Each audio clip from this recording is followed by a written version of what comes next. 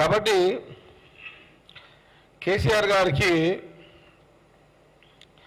ప్రజలకు కరెంటు పోతలు తెలంగాణలో కరెంటు ఇప్పుడు ఎక్కడనో ఒక దగ్గర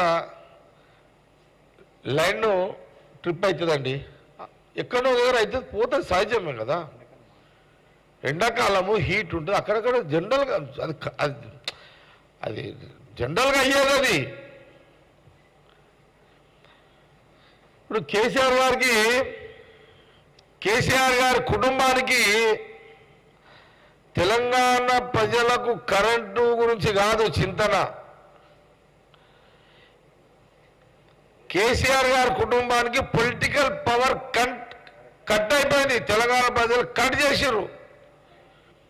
కేసీఆర్ గారి కుటుంబానికి పొలిటికల్ పవర్ కట్ అయిపోయింది.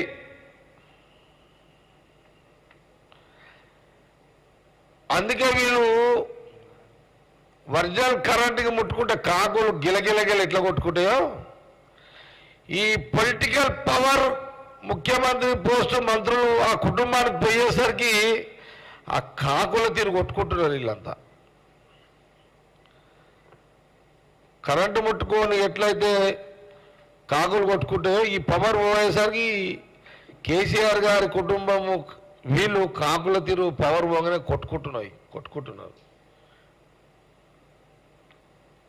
దట్టు ఎండలకు బయట తీవ్రమైన ఎండలు, ఆ తిక్కల మాట్లాడుతున్నారు. ఎండలకు తప్పుతలేదు బయటికి వెళ్ళాక కేసీఆర్కి. ఎందుకంటే పోకపోతే ఎంపీ ఎలక్షన్లో అవుట్ అయిపోతారు, రాజకీయంగా అవుట్ అయిపోతారు, ఈ ఉన్నది కూడా వీక్తుంది. కాబట్టి ఎంపీ ఎలక్షన్ల ప్రచారానికి గత్యంతరం లేక వెళ్లాల్సి వస్తుంది. వెళ్తేనేమో ఈ ఎండలు, హీటు, వెళ్ళకపోతే ఇంట్లో హీటు. కుటుంబం యొక్క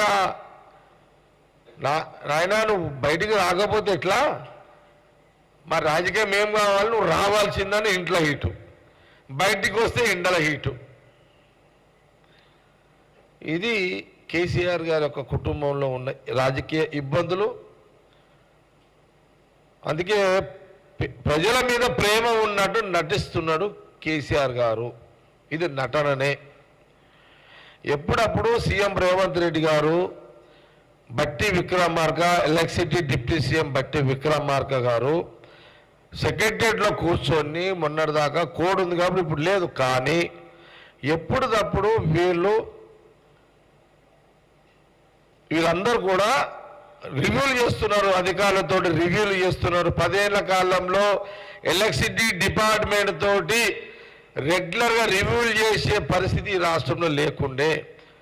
కరెంటు వస్తున్నా కూడా రివ్యూలు చేయాల్సిన బాధ్యత యాజ్ ఎలక్ట్రిసిటీ మినిస్టర్గా డిప్యూటీ సీఎం బట్టి విక్రమార్క గారు రివ్యూలు చేస్తున్నాడు.